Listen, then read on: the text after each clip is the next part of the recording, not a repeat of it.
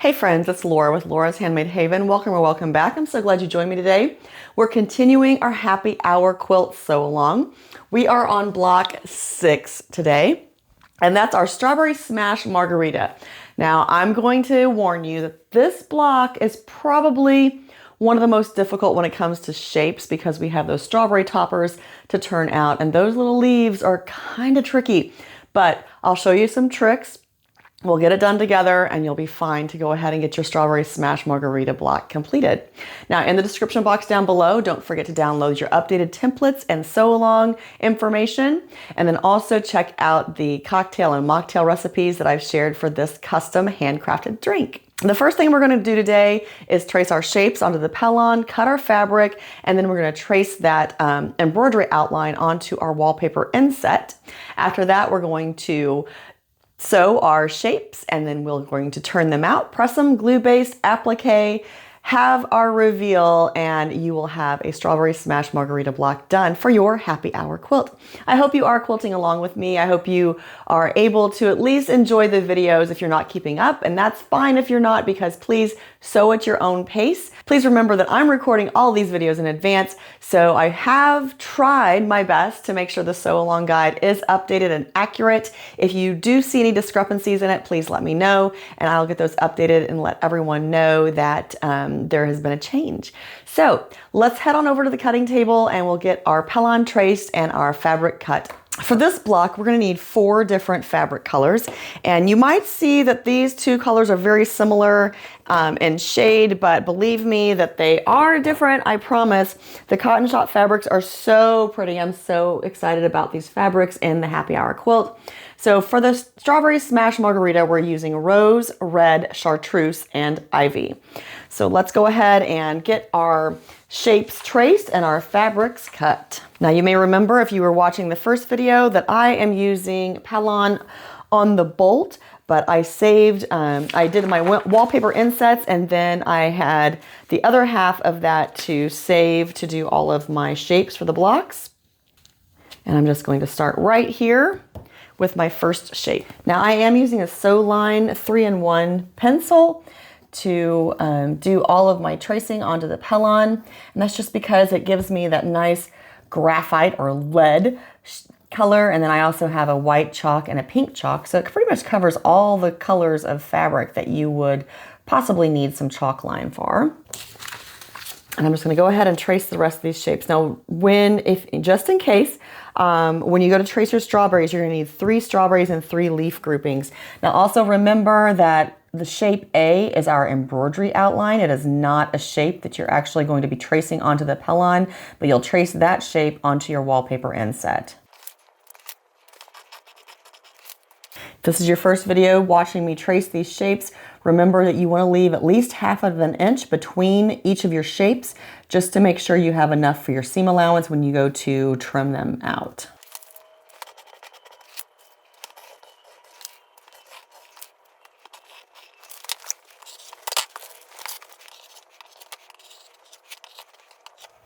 All right, so the next thing we're going to do is cut out our fabric, and for that drink itself, we're going to need a 4 by 6.5 inch piece of fabric. And that does come from the rose. It's the lighter of the 2 reds that we have in this block. I am going to go ahead and match up my shapes as I cut them. That way it's going to give me a little bit of a heads up when I get to the sewing machine that I don't have to match those shapes and remember what's what. It's always nice to give yourself a little help in the future. Now, for our strawberries, we need 3 3-inch squares. Instead of cutting 3 3-inch squares, I'm going to cut 1 piece of fabric that is 3 inches wide and 9 inches long.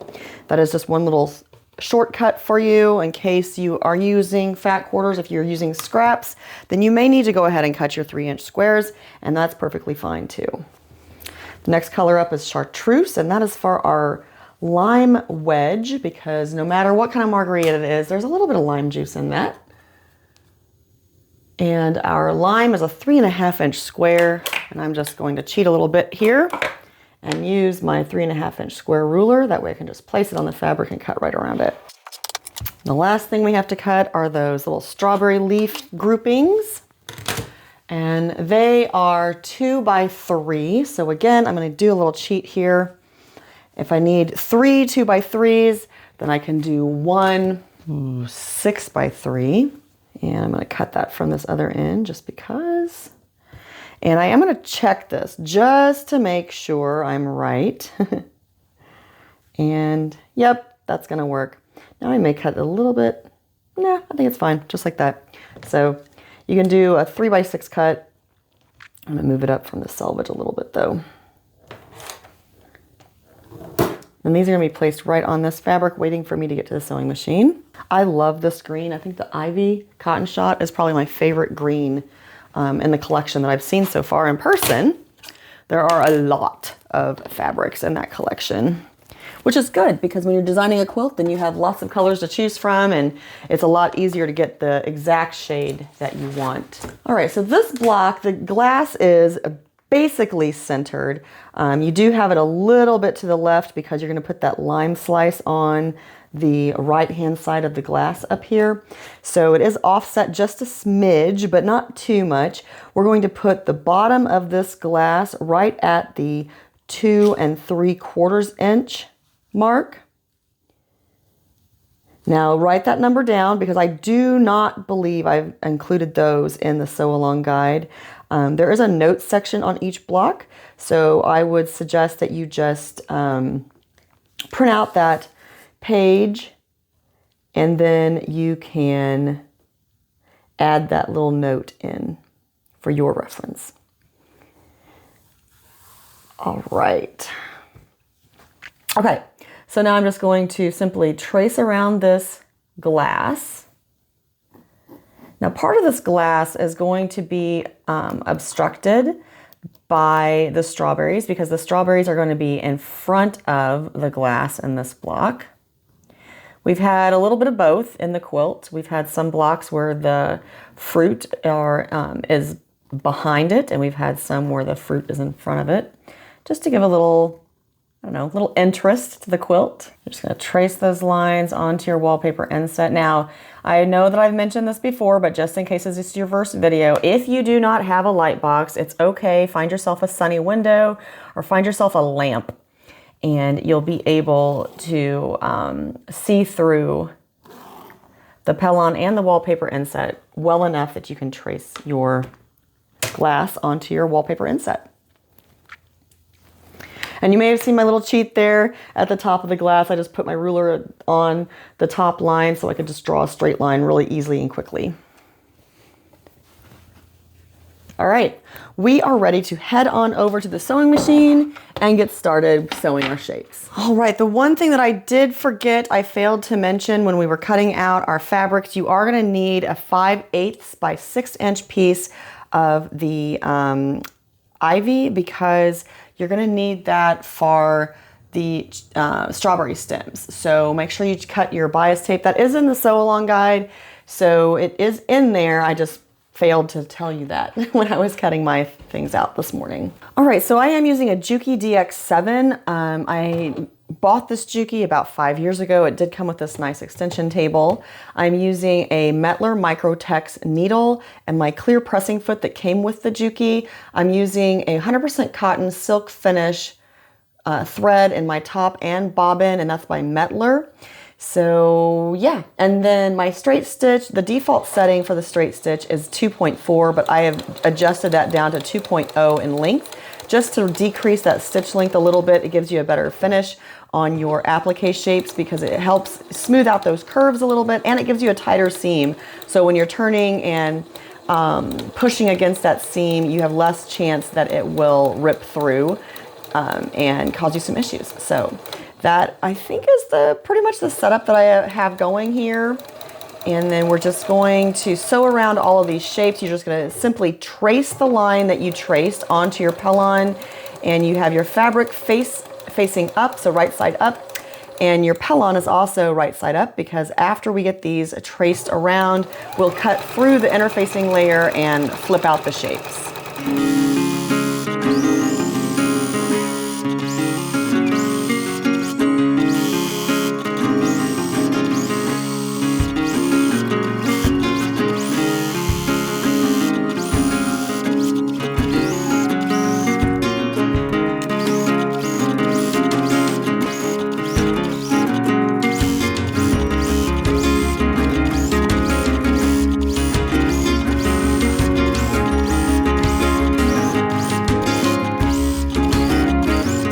right, so the next step in this process is to cut our shapes. We're going to trim them out around the interfacing, and then we'll cut through the interfacing and turn them out.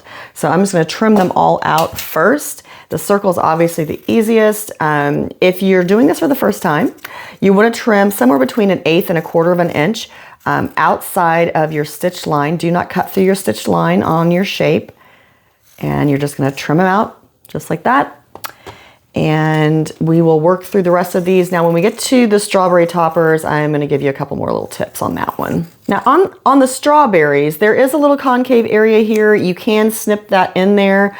It's not that important because that little topper is going to cover that area up. So you don't necessarily have to have a dent there. So don't worry about that too much. But if you do want to snip in that little concave area, it's just a good practice to get into.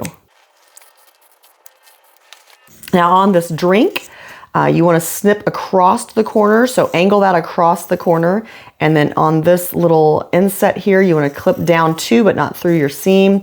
And then again, just around the whole shape outside your stitching line, about 1/8 to 1/4 of an inch. Angle that corner. That'll just give you a better result when you go to turn it out. It's just less bulk in that corner. And you can even, on these corners, you can even kind of angle it down a little bit on both sides to reduce the bulk and the amount of fabric that's in that corner when you go to turn. And that's just going to give you a sharper point. Just be sure you don't cut through your stitching line on that. And remember that you've done that so you don't press too hard in that corner when you do go to cut it out, or I'm sorry, when you go to turn it out. And that way you don't press or push through that seam. Now on the little strawberry toppers, we definitely have a lot of concave areas and a lot of points. So just angle those around the points as best you can. Don't go through your stitching line. And then cut down to the little stitch in each of those little concave areas. Since these are such a small shape, try to keep your seam allowance a little smaller than you normally would. I'd get closer to the 1/8 of an inch than the 1/4 of an inch on these.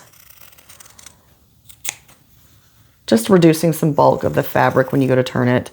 But remember that you did that because you don't want to push so hard when you're turning it and getting it shaped out that you go through that stitching line. And that's another reason why you want to decrease your stitching length when you do these shapes, just to make sure that's tighter so it's, you know, more difficult to push through when you're turning them out.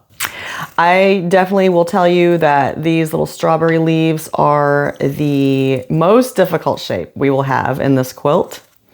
So if you make it through this, you can definitely make it through anything else that I have in the quilt for you.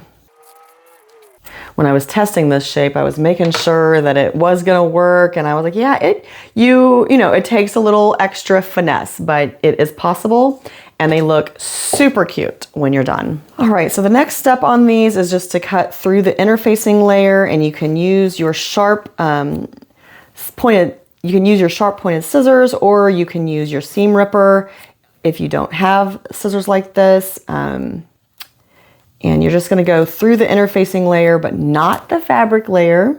Don't cut through your fabric. And then on the leaves, I am cutting kind of from one leaf to the opposite and then down. So it's not a complete X. You could go ahead and do a complete X, and actually we'll do one like that, and then you can see the difference on the result when you're turning, and you can decide for yourself which one you want to go with. We're going to start with the easiest shape and go with the circle. And then we have our clover 2-point turner that we're just going to press on the fabric side of the shape as we're moving around the circle. Get our confidence built up in these other shapes before we tackle those leaves.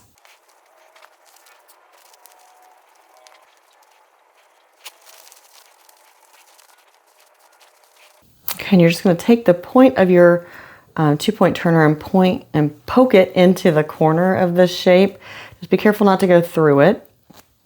And I think that's going to be good enough for me. Give that a little stretch right in here. That's a great little drink shape. Okay, let's tackle these leaves. Now, I like to use a couple different things. This is not going to be a quick process, okay? So give yourself some grace and just be patient with this shape. But I like to use some tweezers and go in and kind of poke and pull the fabric back towards myself.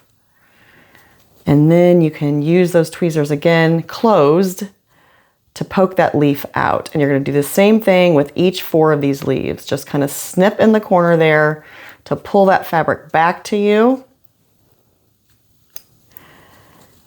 And this does take some practice, so again, give yourself some grace. And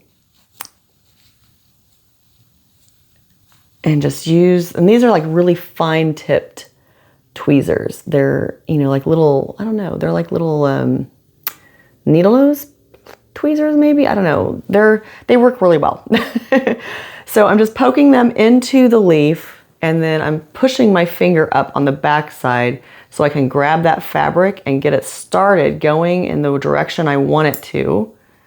Kind of sliding it off and then poking it out with the tweezers in the closed position. It is very satisfying when this works, but it does take a little practice. So like I said, just be patient. Oh, and see, in that one I didn't get quite right. There we go. Just poking that out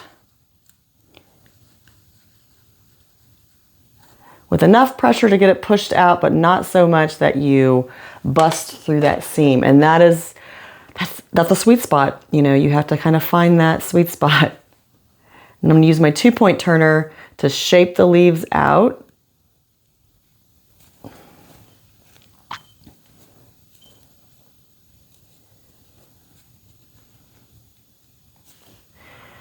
And then when I press this, I will make sure that all of this interfacing is tucked down so it doesn't show on the front of my shape. Let's get that rounded out a little better. And that's pretty good, actually, except for down here. I need to make sure that that pellon is not showing on the front of my shape. Now, here's another thing that I do sometimes. If you look at this shape right down here in the center down here, there's a little thread showing because of the amount of stress put on that seam. Now, it is not going to hurt anything to clip that one little thread, and that's going to allow your leaves some leeway there after it's turned. So don't clip through it when you're trimming your shape, but after it's turned, these little concave areas, if you need to, you can clip just that one stitch and give it a little pull, and that will give them enough slack that they'll be able to spread their little leaves the way you intended them to. So I have one right there too that I'm gonna clip. So I clipped one thread right here, here, and here, and then just pulled those leaves apart, and that gave me enough slack on that fabric that it just allows that leaf to lay down flat for you. So this is what it looks like when you're done. This is what you're going for. And I have 2 more to go, and then we'll go on over to the ironing board to get all of our shapes pressed. All right, so this one we cut the X into. I don't really think that with these tweezers that it's gonna matter, just because, you know, we're able to pull each one of these out. So it's just going to, you know, I don't think that the X is really gonna be very advantageous for this shape. I think that if you don't have the tweezers, it may help you a little bit. But I think that if you have the tweezers like these, that you're not gonna, you know, notice that big of a difference.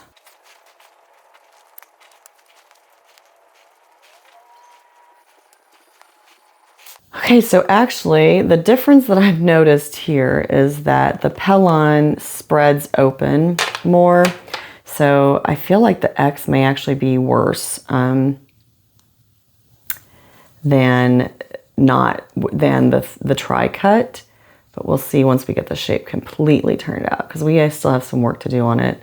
You just still take my 2-point turner and get it to smooth out the leaves a little bit more. Just running on either sides of the leaves. And then we need to get all of that pellon going back into the middle. All right, and then the last thing we're gonna do is just snip those little threads right there and here and here. Now I poked through the point on this little leaf. I'm not too worried about that because we are going to be appliquing that edge down. That applique is going to allow me to catch those little threads and it will keep it, you know, turned and fine. If you have too much of a fraying on a point at any time or any of your shapes, you can use a little fray stitch and kind of fuse those threads together, and then it will, you know, hold it and keep it from unraveling.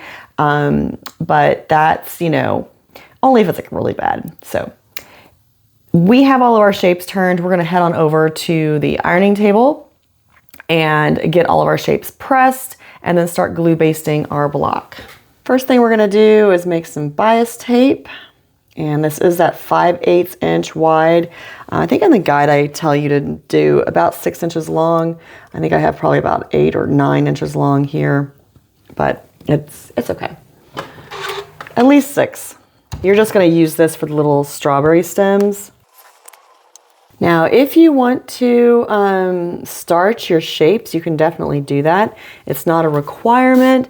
Sometimes I do, sometimes I don't. It just depends on my mood, I guess. Or if I feel like the shape really would benefit from a little starch. Now these leaves, you know, they may benefit a little bit from the starch just to keep that pellon turned under the way we want it to. So I am going to work with them a little differently than the other ones. The other ones I can just like press the iron on there and be happy, and they're, you know, they're good to go. Now the little leaves, I am going to take a little extra care with them and just make sure all that pellon is turned under. Now, if there's a little pellon showing, don't worry about it because you are going to go over that with an applique stitch. So it's going to hide some of that. And we can always snip it a little bit too once we have it on the block and glue basted. All right, so for glue basting, I do like Eileen's tacky glue. That's what I use for all of my applique shapes. And I'm going to first put a few little dots of glue underneath the drink shape. And I'm just going to center it inside the glass. And the next thing I'm going to do is put the lime wedge on the right-hand side of the glass and glue baste it down just with a few dots. It doesn't need to be an over excessive amount of glue, just a little bit. And now the strawberries are going to sit at the base of the glass. I want to make sure that they are also a 1/2 inch from the edge. That's going to help me with my applique later. It's also going to make sure that I maintain a good perspective on my block. So the little strawberries, there's one on that side and then 2 on this side. Now the fruit for this, they are all in front of the glass. So you don't need to worry too much about either of the curves on your glass. Now obviously you can place your fruit however you want, so don't feel like the way I just placed mine is the only way that you can do it. Maybe you want all 3 of your berries on one side, or maybe you want them all, maybe you want one in the glass, whatever you want to do. Maybe you want 5 berries. So make sure that you understand that you can most definitely customize this quilt, make it your own, put your own spin on it. Now I cut these about 2 inches long. Oh no, I didn't. I cut these about 1.5 inches long. But what I'm going to do is I'm going to fold them in half. So I'm going to glue half of the side just so it holds it. And then I'm going to put one little dot of glue at the top near the fold. And I'm going to slip that down behind berry number 1. And it's probably 1/2 of an inch up.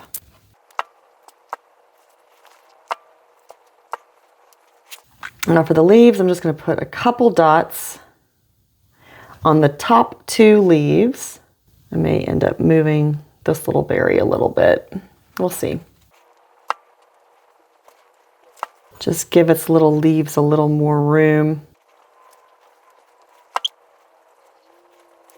All right, so now everything is glue basted into place.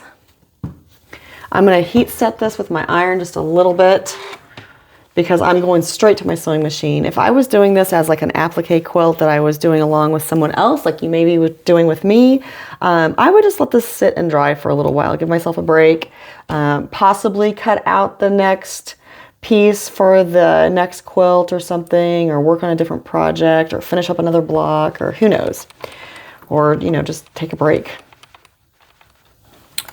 But since we're going zoom, but since we're going straight from glue basting to the sewing machine for applique, I did want to go ahead and heat set that, and now we're going to go back to the sewing machine to applique our shapes. Okay, 2 things I failed to do, so let me swing you around here. 1, I want to redraw my glass line, and I'm just going to kind of guess going up this little lime wedge. And then I also want to stitch some wedges onto my line. And this circle is 2 1/2, a little extra than a half. So we're going to be 1 1/4 plus a little bit to find the center. And this is okay, so this is basically arbitrary. However you want your wedges to be on your glass is how you should draw your lines, okay? So I'm going to be right about here for 1/2 of that lime wedge, and I'm using my pink chalk. And I'm just going to turn it and do another. The lime wedge markings are completely optional. You do not have to do those if you don't want to. Please do not feel like you have to. This is your quilt. But if you want to, this is the time to do it. All right, so I have my 3 lines for my lime wedge, and that gives me 6 sections in my line. And that's what we're going to start with, is with the lime. Now you can do a satin stitch for those wedge lines if you'd rather. I'm just going to do my normal applique stitch. Satin stitch would be cute too, so whichever you prefer. Now when I'm doing my applique, the default settings on the Juki DX7 is 3.6 wide and 1.4 long. I adjust that way down to 1.8 wide and 0.8 long. So it's a very small little zigzag that I run across here. Using the zigzag stitch, the lines for the wedges with the complementary thread is very subtle. So if you want something that is more dramatic, I would use a satin stitch or a contrasting thread. Now when it comes to the applique, appliquing that shape down, I'm going to start underneath where this drink is, and then I don't have to do a stay stitch or anything. I could just start sewing and go around the circle. Now watch, you know, people ask me a lot about circles, how to applique them, how to get them smooth. Watch where my hands are at and just know I have a little bit of pressure against that wallpaper inset, the background part of the block. And just watch where they're at. That's, you know, I'm moving all of that around. I'm not trying to stay super close to that circle. I'm trying to use the leverage of the entire wallpaper inset to help me keep that smooth to go around the circle.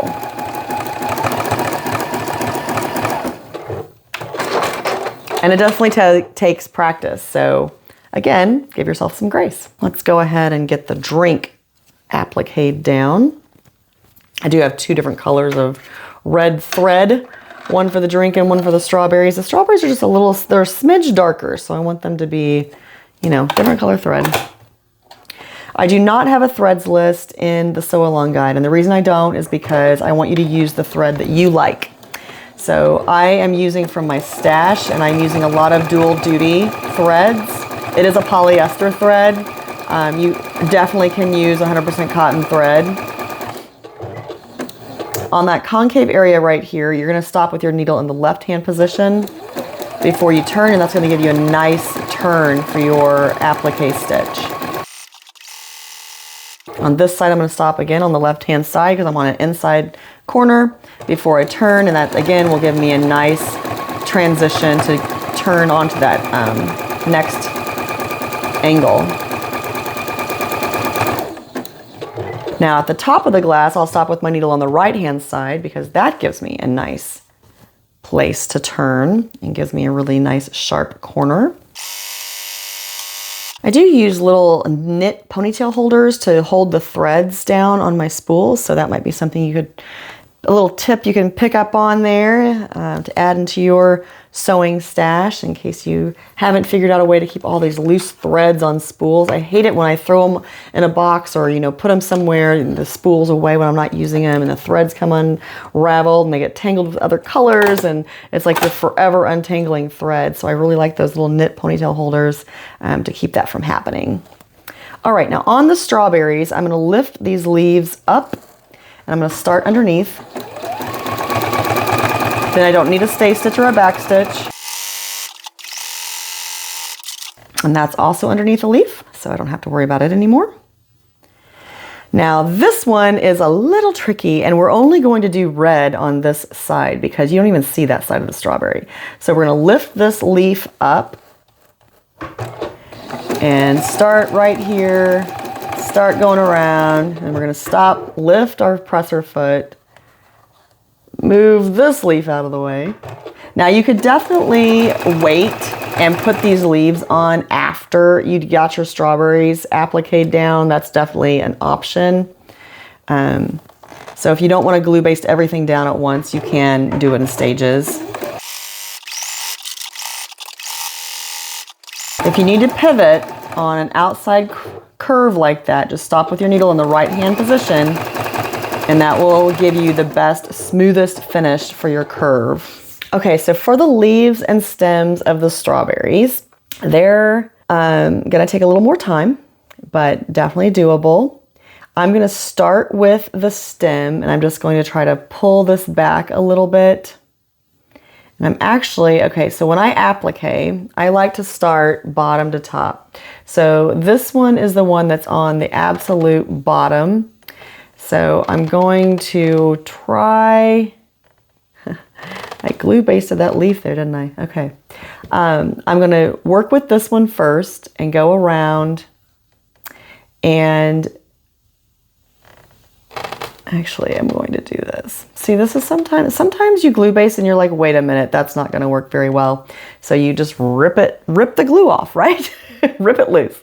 And you can actually even stick a little pin. Sometimes that's very helpful.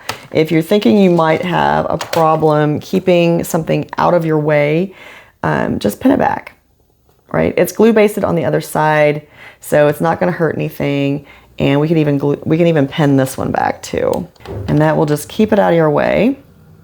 Another little trick for you is you can run the point of your needle down below one of the layers of your fabric, not all the way through, but through the layer of your fabric, and that way you don't necessarily will catch your finger on that if you're maneuvering the block around like we will be.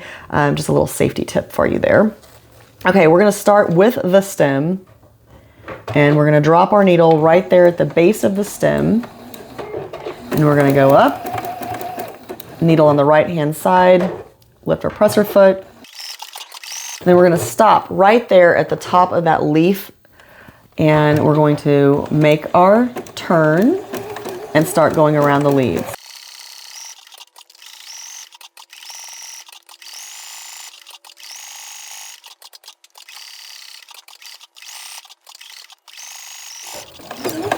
And now we're back around to where we started. We'll end with a stay stitch, and we have the first of 3 completed.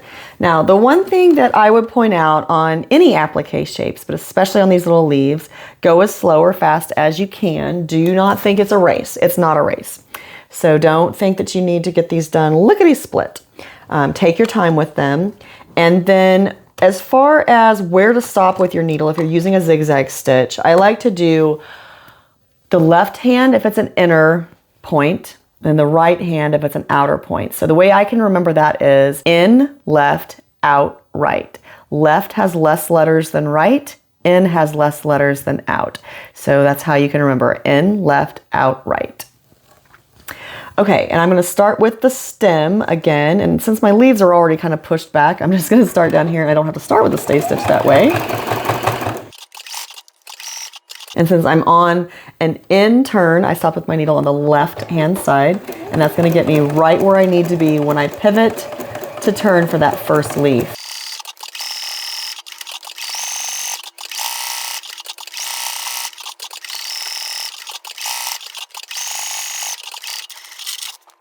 Okay, we have one little strawberry topper to go, and then we'll start doing our machine embroidery for the glass.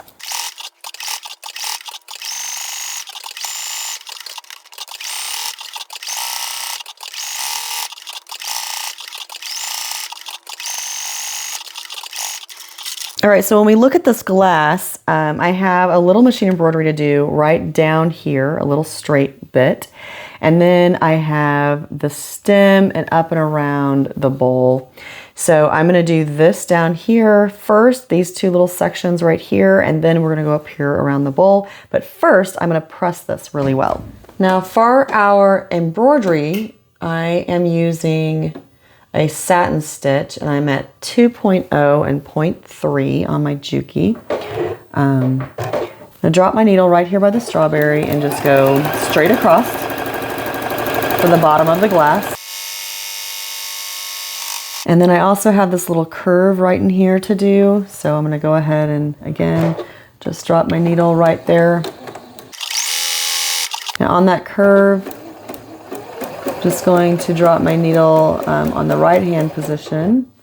So when I make that curve, it will be smooth as possible.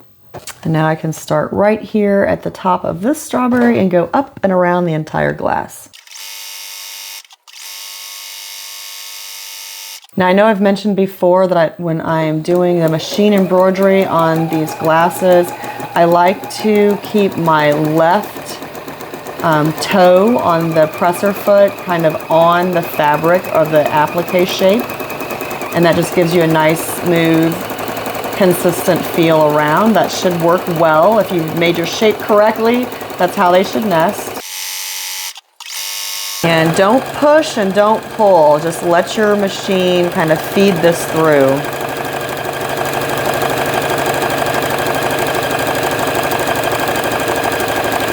My hands are just there to kind of guide the fabric to make sure it doesn't go off to the left or right, to keep that stitch smooth across the top of the glass or any part of the glass. But I'm not pushing or pulling, just guiding. And we'll stop with our needle on the right hand side over here, so we can make that outer curve or outer turn. And needle in the left hand position here for that inner curve or inner turn. And just the speed that you're comfortable at. It's not a race.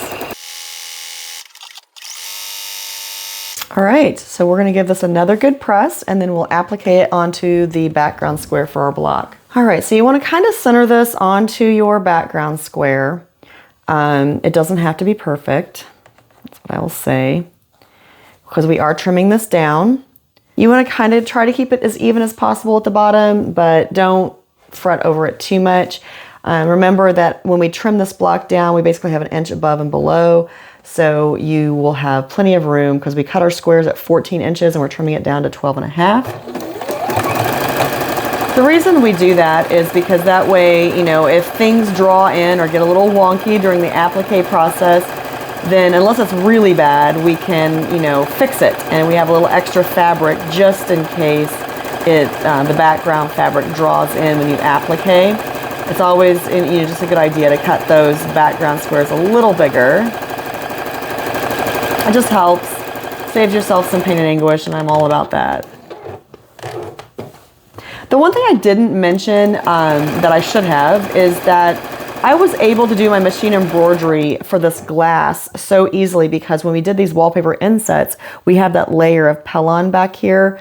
And that's what gives you a really nice, smooth embroidery line. If you don't have that Pellon interfacing behind this fabric, you will definitely want to make sure you put some stabilizer back there.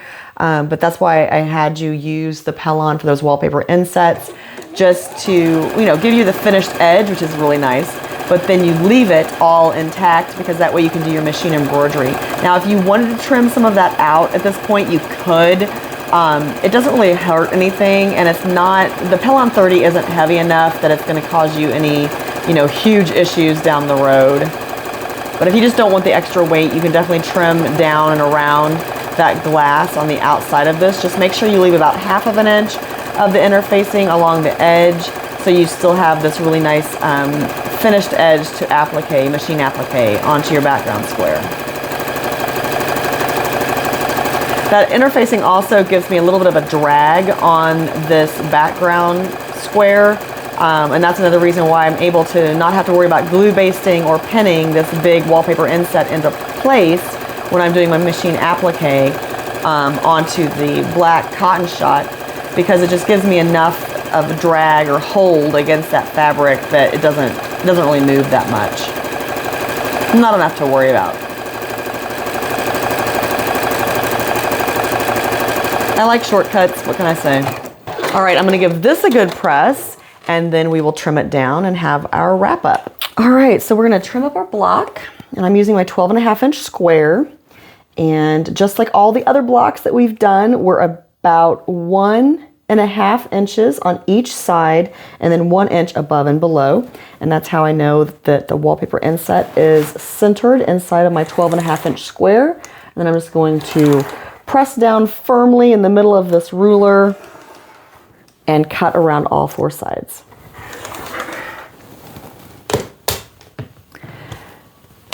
The one thing that I don't believe I've shown you before, which I don't know why this makes me so happy, but it does, is the back of this block. So, we have all this applique, all this machine embroidery, all of these things going on, but when you look at the back of this block, all you have is that one applique stitching line that secured the wallpaper inset to the background square. And that makes me so happy. I don't know why, because once it's quilted, you'll never see it again. But this makes me so happy. And if you were using these blocks to make a bag or a project tote or something like that, then all of that applique, all of those little strings or whatever are all encapsulated in between those layers, and all you're gonna see is this one stitching line, and that's just so fun. Here is the latest addition for our happy hour quilt, the Strawberry Smash Margarita. We have 9 blocks for the cocktails, and then we have a few extra little applique pieces that we'll be adding into the quilt. But this is the 6th cocktail block. I am so excited that it's together. I love how it turned out. Those little strawberries are adorable. And I love the lime wedge up here with the extra little stitching just for a little extra pizzazz. And the drink is just gorgeous. So make sure you check out the description box down below, because I do have the cocktail and mocktail recipe for the Strawberry Smash Margarita. So that'd be very nice and refreshing. I also have the updated templates down there. So all of the shapes and everything are down there, and the cutting measurements for the block are all included down below. The only measurement that you'll want to rewind the video to get where to place this drink outline on your wallpaper inset. But we are moving right along with our happy hour quilt. I hope that you're enjoying it as much as I am. I hope you're picking up some tips and tricks along the way that you can use in this quilt or another project that you're working on. Leave me a comment down below, because I do enjoy hearing from you guys. I try to get back to those comments within 24 to 48 hours, but give me a little leeway in case it's a weekend or holiday or who knows what might be going on. I have really enjoyed sharing this original design with you, and we are not done yet. Next week we have another cocktail block to work on, and it will be super fun to get that together with you as well. If you enjoyed the content for this video, give me a thumbs up. If you have not subscribed to the channel, make sure you do so and then hit the bell for notifications. That way you know when any video will post. And as always, until next time, find joy in all you do, carve out some time for crafting and creating, and remember it's always better when you make stuff up.